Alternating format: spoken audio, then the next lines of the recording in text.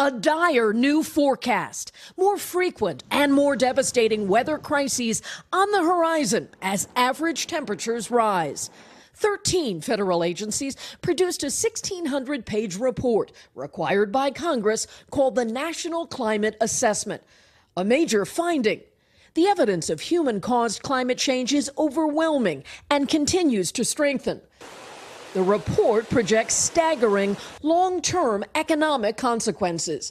Rising sea level costs as high as $118 billion and infrastructure damage of $32 billion. With drought and heat expected to reduce U.S. agricultural productivity.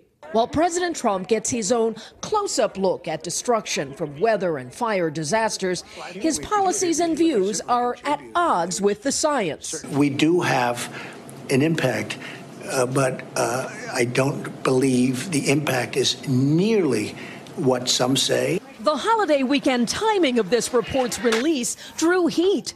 Environmental advocates like Al Gore accuse the administration of trying to bury the assessment. House Democrats, who take control in January, pledged to tackle climate change head-on with an aggressive agenda.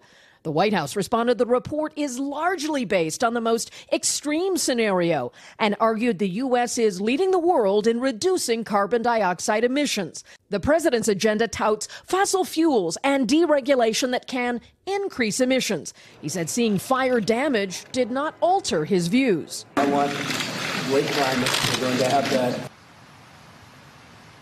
Beyond the unsettling predictions, the National Climate Assessment says action is needed urgently.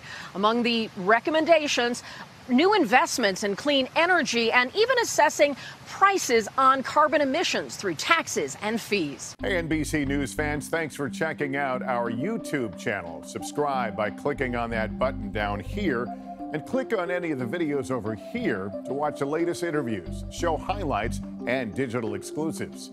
Thanks for watching.